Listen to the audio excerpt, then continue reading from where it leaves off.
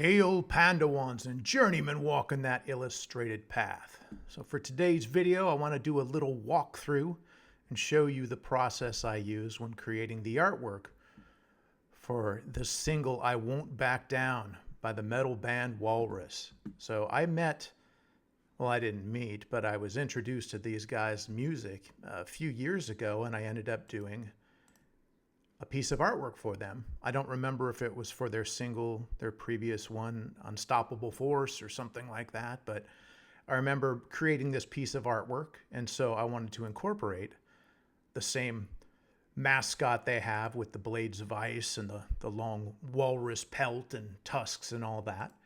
So here's the process that I did for coming up with their art for the new single. So I started off with some sketches. So usually I go with the first sketch that I do, but on this one I didn't, because I didn't really know what I wanted to do. So I had come up with this pose here, and I like the pose. It felt like very natural, but when you have a song title called I Won't Back Down, this guy's like in half mid-step. It's like, it looks like he's almost being jumped by this gang of, frost demons or whatever they are. So I didn't want to do that. So I wanted to do a stronger pose, a more powerful one. One of them here, when I was talking to the singer, Fred, he had gave me an idea of like, the warrior, maybe fighting, engaging some demons, or maybe that it's right after the fight and he's looking off into, the distance and seeing this area, this promised land, which was part of the lyrics of the song. So at first, though, I wanted, when we have the title called I Won't Back Down, it has to be something powerful. So I really liked this pose here, showing the warrior, in combat, beset upon by demons. And so this was the one that I went for. So what I did was I took that little tiny thumbnail and scaled it up. Look how glorious that looks. But yeah, these are what the thumbnails are for, is to get you a rough idea. So I basically just copied it and turned it. I wanted the guy leaning into the battle more than he was, where in this one he's kind of, being pushed back. It doesn't seem as aggressive and forward. So I just basically took the artwork, rotated it, and then started developing it a little more, instead of just these random little circles and stuff that nobody but maybe myself as the artist can understand. I basically started fleshing out the demons a little bit more, fleshing out his pose a little bit, pushing it, as you can see, slight size tweaks. And once I got everything sort of in the ballpark, I started doing a tighter outline on the character. So you can see he hasn't really changed that much. So I basically just went in and just outlined it, made it a little bit cleaner. It's not super clean yet. There's still, some details that are missing and things like that, but that's okay. That's what the rough line drawing was for. And then so I started going in and detailing up a little bit more where I want the arc of the axe to go, added a couple more little demons in the background to help flesh it out. So that's basically where I was like, okay, this is good enough. And I went in and started inking. Now, I don't usually do black and white anymore. I used to do, that was all I did, with pen, paper, and pencil. But as I got on the computer, I was able to learn how to do digital coloring. I did coloring before with watercolor or acrylic, sometimes oil, but I never became super proficient in it. It was okay. But once I started learning digital colors, it made the process so much easier, because you could change colors, especially in the industry I was in, where you would make a T-Rex and it's red, and now it's like, oh, you got to make it blue because it's getting confused with this, and then so boom, 2 seconds later you got a blue T-Rex. He's sad. And everyone knows that red is the best color for T-Rex and anything else. Red's the color of love, passion, anger. Great color. So back to this one though. So in the black and whites, I started blocking out some of the stuff on the warrior here, maybe making this dark, like this area is going to be in shadow. And then I started following that. So now I made this arm dark as well. So It's really wonky lighting for me. I kind of just do omni light with a few, directional sort of lights. So he's underlit, but he's still getting light here, but not on the arms. Whatever. That's why you got to go to art school, people. So basically, I just kind of went through and continued to block out the character. And now, instead of it just being big black shapes, I started adding in a little bit more of the finer detail.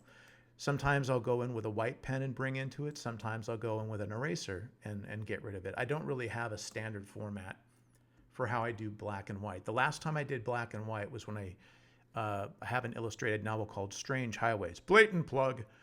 And it's all done in black and white except for a few of the chapter headings, which were done by my buddy Alex Horley, and he did those in color. So as you can see here, I'm just sort of moving along. I had, the title up there so I can see where the arc was. How am I going to figure out this arc? Is it going to cover it? Is it going to go behind it? I don't usually like covering up the logo or the name of the band, but we'll figure that out later. So now I'm just going in, I'm starting to block in some of the shapes for the monsters. As you can see here, I started adding a little bit more detail. But again, this was for the single, potentially merchandise. So I didn't want to go too crazy with the rendering and shading. I just wanted to keep everything black and white as much as possible.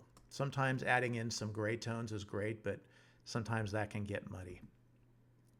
So here I am just going through again the various stages of blocking out. You can see the progress here, mostly blocking in these characters and adding random demonic helmets and things like that. I wanted to keep these characters kind of dark and keep the central image kind of light, so you'd be able to focus on that.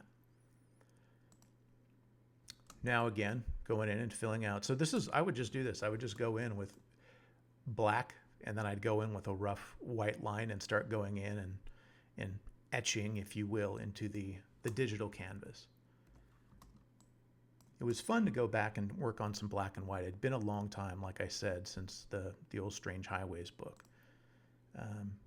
So here we go. This is basically the rough layouts. I found a place where I could put my signature. But when you're making art like this, sometimes it's going to be on a t-shirt. So you got to kind of figure out how's that going to feel on a t-shirt. So I basically wanted to scale down everything and because I had an idea to how to kind of lock this down into a nice format. And so here we go with the art is basically done. And all I did was I contained it in a simple circle. Now, if you remember, this looked kind of very similar to the one I had previously done. I'll show that again in a minute. I just don't want to go through all the layers and have to go back to it. So here we go with the final artwork. No logo, anything like that. And if you can see, I had talked about, there was in the lyrics about the promised land, the warrior looking to it. So I incorporated that in this background here, a shining sort of citadel. Now, I don't know if I like it better with that in there, but as much as possible when you're working with, basically the person who's paying you or asking you to do this artwork, you want to get what they want. And they had mentioned that in the description, so I wanted to include that as much as possible. So basically, this is the final artwork here. And that was what I ended up with for I Won't Back Down. Now, as I was mentioning earlier, this is also going to be potentially on a t-shirt. Now, you could have the t-shirt where it's just this, big, bold, circle, Superman symbol, Batman symbol with a name on top. But for a t-shirt, maybe you want to get, a bigger piece of artwork, something that's more substantial. So I basically took the circle away, and then I added in the area where the circle originally covered. Now, I will make the image and then I'll put the circle in, but this one, I knew that I wanted to keep it contained in this circle. So I basically got rid of the circle. That's what's great about Photoshop, you have layers. And I just fleshed in the background and added a bit more sky so that the title could go over here, and fleshed it out a bit at the bottom. And now, boom, let me zoom back. This is the final piece that they can use for a t-shirt. And I kept it sort of in a rectangle for people who know their polygons.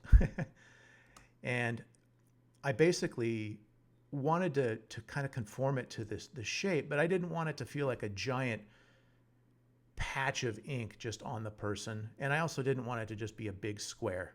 So we had talked about maybe destroying some of the border here. As you can see, it's like breaking out through here and kind of smashing that. And then some of the logo, or the border is sort of breaking up. It's not complete, but you have a nice kind of self-contained image, but it still feels not too claustrophobic.